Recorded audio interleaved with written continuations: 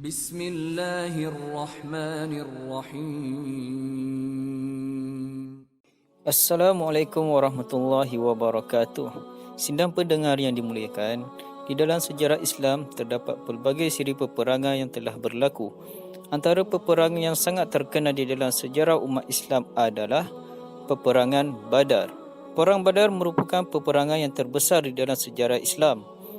Perang Badar ini juga merupakan peperangan pertama di awal era pemerintahan Islam di bawah pimpinan Nabi Muhammad SAW, yang mana peperangan berlaku di antara tentera Islam dan tentera Quraisy. Seperti mana yang kita sedia tahu, pada peperangan tersebut tentera Islam telah berjaya mengalahkan tentera Quraisy. Berikut adalah 6 perkara berkaitan dengan perang Badar. Yang pertama, latar belakang perang Badar. Perang Badar merupakan perang yang pertama dalam sejarah Islam di antara orang Islam Madinah dengan kaum musyrikin Mekah. Peperangan ini berlaku pada hari Jumaat 17 Ramadan tahun kedua Hijrah bersamaan dengan 624 Masihi. Peperangan ini dinamakan Perang Badar kerana pertempuran berlaku di pinggir sebuah telaga yang terletak di antara Makkah dan Madinah yang dimiliki oleh seseorang yang bernama Badar. Peperangan ini juga dinamakan Al-Furqan, iaitu pemisah antara hak dan batil. Yang kedua, sebab berlakunya perang Badar. Punca atau sebab Perang Badar berlaku berikutan penghijrahan kaum muslimin ke Madinah. Harta benda mereka yang telah dirampas oleh orang musyrikin Mekah juga telah menyebabkan kaum muslimin bertindak balas dengan mengambil harta perniagaan mereka juga. Kaum musyrikin Mekah mahu menghapuskan orang-orang Islam Madinah.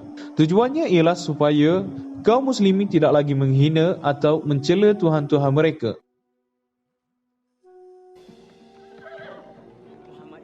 Pengikutnya nak rampas kafilah ini.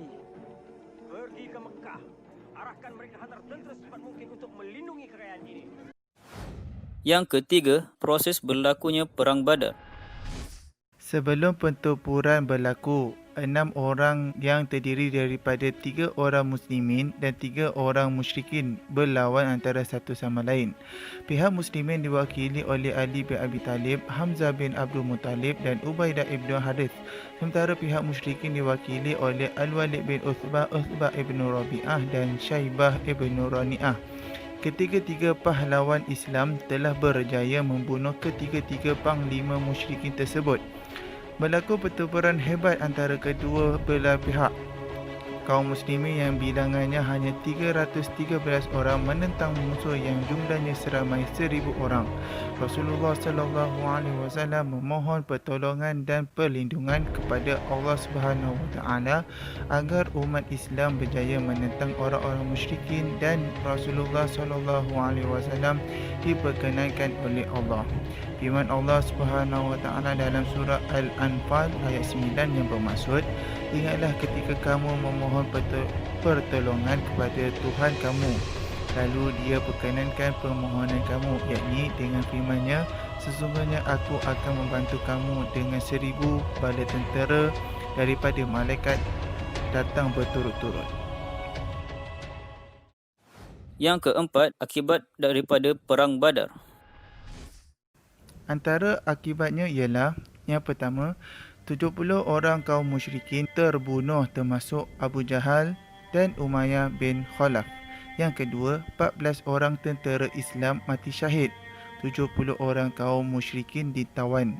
Yang ketiga, tawanan musyrikin Makkah dikenakan bayaran wang tebusan mengikut kadar kemampuan masing-masing. Bagi yang tidak mampu membayar, dikenakan mengajar membaca dan menulis kepada kanak-kanak Islam. Yang keempat, harta perang dibahagikan kepada kaum muslimin. Yang kelima, kesan daripada perang Badar. Yang pertama, kemenangan tentera Islam dalam perang Badar menjadikan kedudukan negara Islam semakin bertambah kuat dan mantap. Orang yang memeluk Islam di Madinah juga semakin bertambah ramai. Dan yang kedua, orang-orang Quraisy Mekah meratapi kekalahan dan kematian kaum keluarga mereka dalam peperangan tersebut.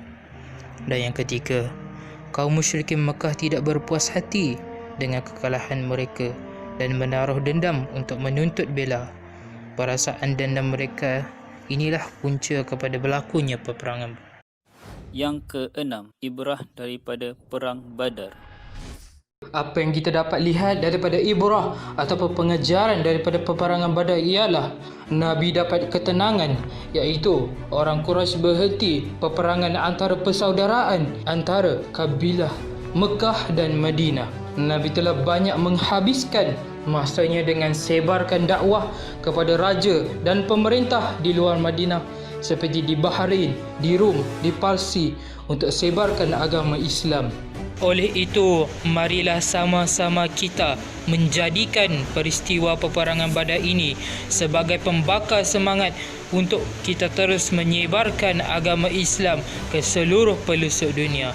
Semoga Allah Subhanahu Wa Taala menjadikan kita sentiasa bersatu padu dalam meninggikan syariat Islam dan memajukan negara kita yang tercinta. Amin, amin, amin ya rabbal alamin.